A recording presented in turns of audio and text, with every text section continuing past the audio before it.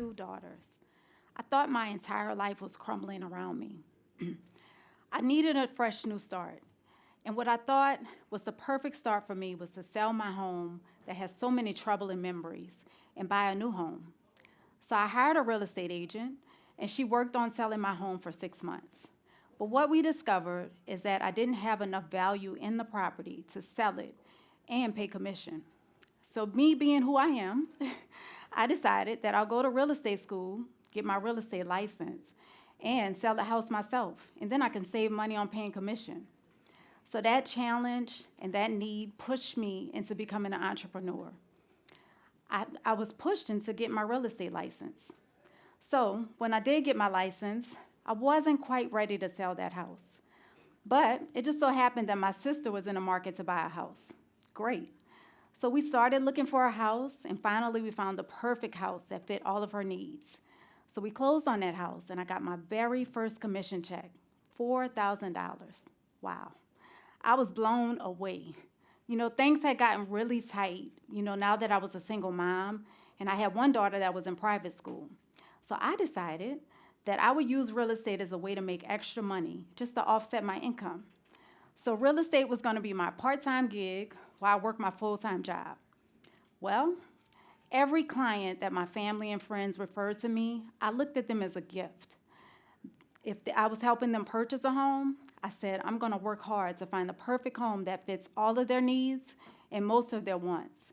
If they were selling their home, I said, I'm going to try and sell it quickly and get it for the highest price possible. Well, I operated with the attitude of servitude, and I looked at real estate as my ministry. This attitude brought me more and more clients. So with the extra income I was making from real estate, I was able in 2015 to buy a new home. And I kept that home that I lived in as a rental property. Flashback to 2016, my business began to grow and grow. And now it was becoming too much with working a full-time job. So I was at a crossroad. What to do now? If I leave my job, then I don't have the stability. But if I take a leap of faith, I have so much potential. So I decided that I would take a leap of faith, bet on myself, and fulfill a career of real estate full-time. It's just what I did. Now my daughters were becoming teenagers, and I really, really wanted to set an example for them. I wanted them to see a strong woman. I wanted them to have a mom that they were proud of. So this was just the why that I needed. So now that I was doing real estate full-time, I had more time to attend industry events. So a colleague of mine invited me to an industry event where a woman was speaking from the industry. Her name was Dr. Danette O'Neill, and she was fabulous. I was so impressed. She was well-dressed, she was dynamic, she was confident, and she was accomplished. When I left out, I called my friend and I said, man, I'm so impressed by this woman. And she said, well, why don't you ask her to mentor you? So she became one of my very first mentors in the business.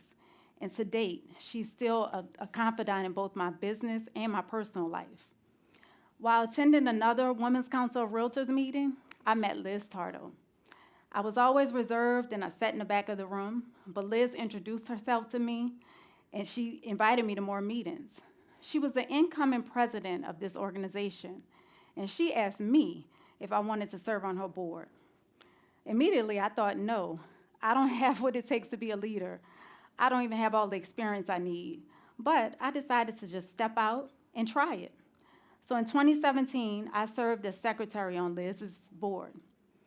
And that experience developed me so much that in 2019, I became the president of that same organization.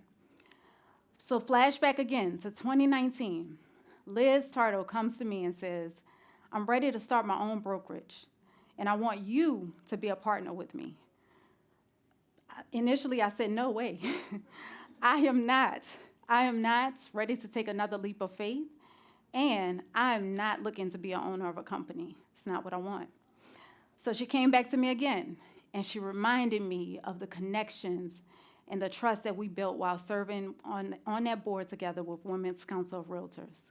So in 2019, Liz Tardo, myself, and Nick Underwood started a brokerage.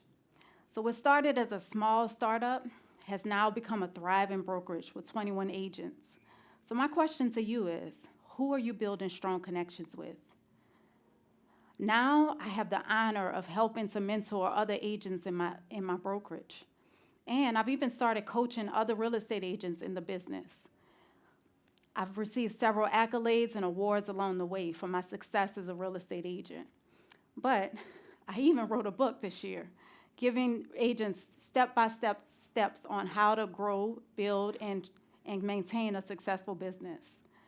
So now, I've become that woman in the room that's well-dressed, dynamic, accomplished, and confident. And I'm using my experiences to help everyone else. I want to talk about imposter syndrome. Imposter syndrome always stayed in the back of my head. It told me today that I'm not qualified to speak about my experiences in my business, but I'm doing it anyway. So the only way to defeat imposter syndrome is to just do it. Do it until you feel confident. There will always be fear. Fear can be used to catapult you, or it can be used to keep you paralyzed. It's your decision. So my choice is to push past fear. No matter what, on the other side of fear is always opportunity and the ability to defy all the odds. You know, as an entrepreneur and on my journey, I've realized that my secret weapon is resilience. This is not for the faint of heart. If you're an entrepreneur, you know that it comes with many setbacks. I can guarantee you there will be setbacks. But you have to develop the ability to bounce back from every one of those setbacks. My first year full-time real estate, I set aside a whole year of living expenses. I thought, surely I have it made. But what I didn't factor in is the marketing costs, the business expenses, or the 2-3 months where I had 0 sales. So that money that I set aside, it went by quicker than I thought. But I refused to quit. I refused. And I decided that every setback was just an opportunity for me to get back up and do it again. And also, one of the tools that we need as an entrepreneur is mental toughness. We have to develop ourselves daily, mentally, physically, and spiritually. It's the only thing that's going to get us through, because you will face various trials, challenges, but when you are mentally strong, you're able to pivot quickly and to deal with those challenges. So 2023 was one of the toughest years in my career, and for many other real estate agents. It was the toughest year since 2018. But the agents and the brokerages that were still standing, they tapped into that mental toughness, and they allowed themselves to pivot during difficult times and shift when they needed to. Entrepreneurship can be very, very rewarding. It can be very profitable. It can be an excellent thing, but it has to start with a strong need and a strong why. It has to come from servitude, not chasing money. Chasing money will not bring long-term success, but servitude will. Jim Rohn says, if you help enough people get to where they need to be, you would always have everything you need by helping others.